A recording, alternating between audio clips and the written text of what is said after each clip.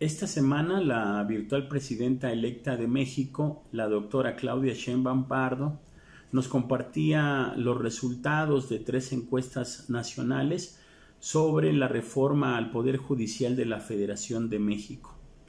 Una primera respuesta que nos parecía bastante halagüeña era que de la población que decía conocer la reforma, 80% se expresaba de manera favorable por esa reforma.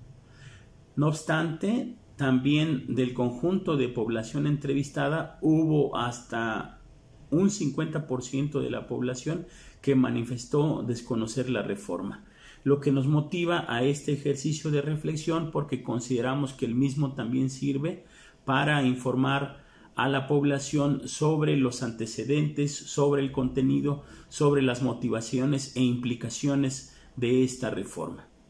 Empecemos hablando de los antecedentes de esta reforma.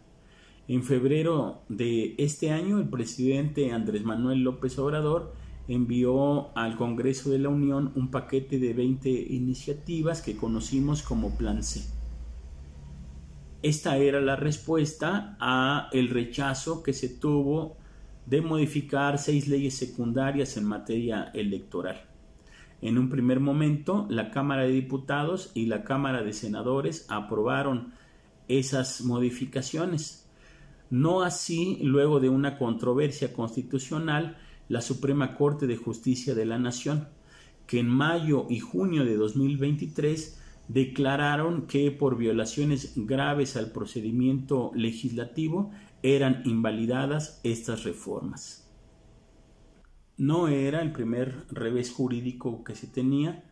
Previamente también la Suprema Corte de Justicia de la Nación habría rechazado la transferencia del control operativo y administrativo de la Guardia Nacional a la Sedena. Del lado también del Congreso se habría perdido una votación por carecerse de mayoría absoluta en la Cámara de Diputados y en la Cámara de Senadores. El Plan C era entonces el obtener una mayoría calificada en la Cámara de Diputados y en la Cámara de Senadores que permitiese llevar adelante las reformas a la forma como se constituía el Instituto Nacional Electoral, a la transferencia del control operativo y administrativo de la Guardia Nacional a la Secretaría de la Defensa Nacional, la Sedena, y bueno, pues en esta misma ruta la propia reforma a el Poder Judicial de la Federación.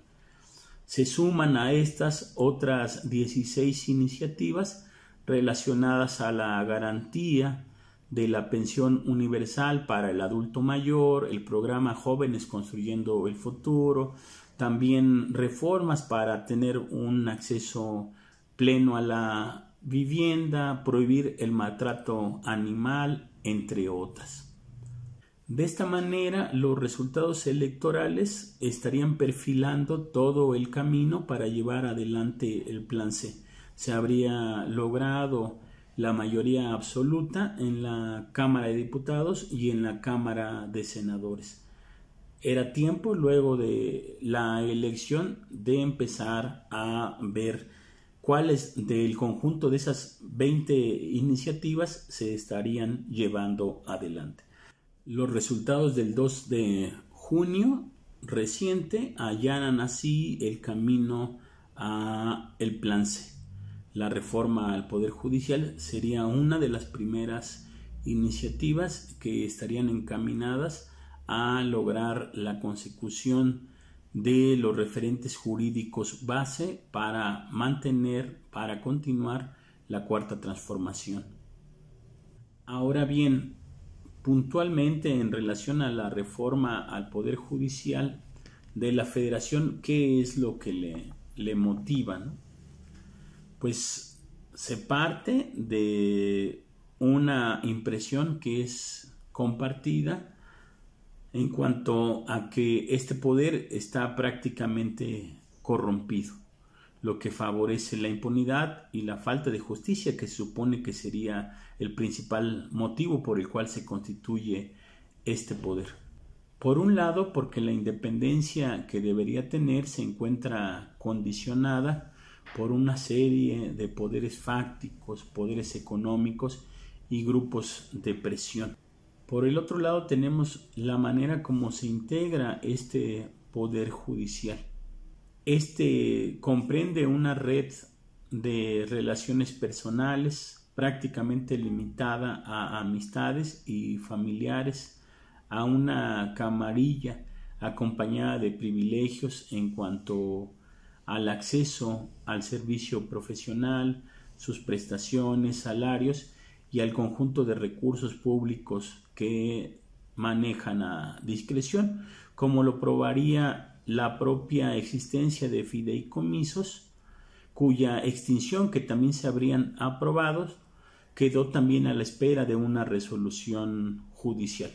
Esto sin dejar de lado los beneficios extralegales que podrían tenerse por decisiones jurídicas a favor de determinados personajes o de determinados grupos económicos. Lo que se aprecia entonces es que este poder judicial tiene un distanciamiento significativo respecto a las necesidades e intereses de la mayor parte de la población de este país. ¿Cuáles son los elementos centrales constitutivos de esta reforma? El primero de ellos tiene que ver con la elección de ministros, magistrados y jueces por voto popular. Las 5 grandes figuras estarían entonces conformadas en función de la decisión que se asigne por el voto popular.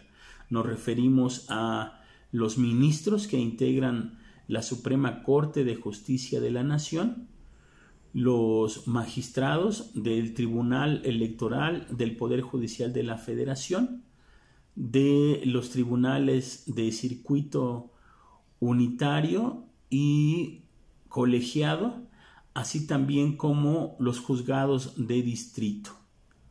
El voto popular lo que estaría buscando es que se rompa esa estructura cerrada del actual Poder Judicial y que por la necesidad de obtener el voto, tanto ministros, magistrados como jueces se acerquen a conversar con la población que les dará el voto.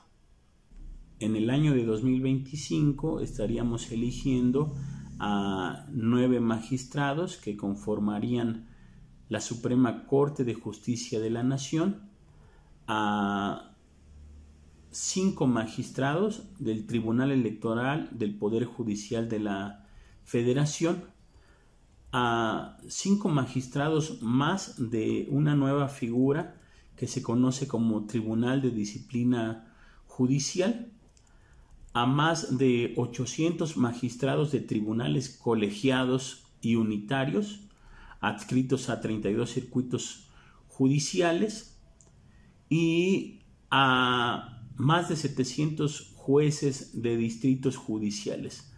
Un total de 1,633 personas que validaríamos con nuestro voto, que reunirían un perfil técnico concreto como el de ser abogados y que habrían avalado el Senado, el presidente de la República o el propio Poder Judicial.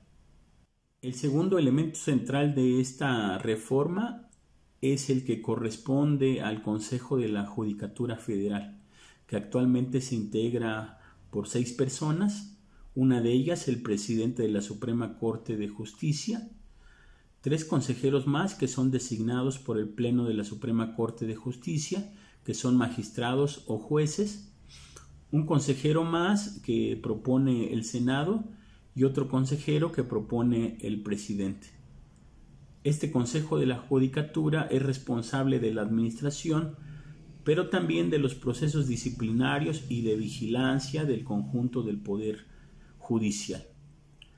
Ahora se busca con la reforma que por un lado se establezca el Consejo de la Administración Judicial, que como su nombre lo dice, será responsable de la parte administrativa del Poder Judicial, y del otro lado un Tribunal de Disciplina Judicial, mientras que el primero sigue integrándose en un formato muy semejante a cómo se integra el Consejo de la Judicatura, 3 propuestas del Poder Judicial, una propuesta del Poder Ejecutivo y otra propuesta del Senado. El segundo estaría integrado por 5 personas que directamente serían electas por la ciudadanía. Se trata de que este tribunal responsable de los procesos disciplinarios y de vigilancia esté fungiendo como un auténtico órgano que supervise la actuación apegada a derecho y siempre enmarcada en una perspectiva de justicia. Como se puede observar, en la reforma no hay elementos que nos puedan llevar a concluir que se busca eliminar el Poder Judicial o subordinarlo al Poder Ejecutivo. Se busca que haya una mayor cercanía de este poder con la ciudadanía a partir de que ésta lo elige. La reforma también está encaminada a eliminar otros excesos en los gastos del Poder Judicial, como la eliminación de la pensión vitalicia. Además, se busca hacer efectiva la disposición constitucional del segundo párrafo del artículo 127 que ya antes habíamos referido, donde se establece que ningún servidor público podrá recibir remuneración superior a la que recibe el presidente de la República. Al respecto, cabe aquí mencionar que actualmente son 2.377 personas, empezando por los actuales ministros, que tienen esos salarios superiores a los del presidente. Esas 2.377 personas en conjunto el año anterior, 2023, costaron al erario público más de 2.167 millones de pesos. No más, pero tampoco menos.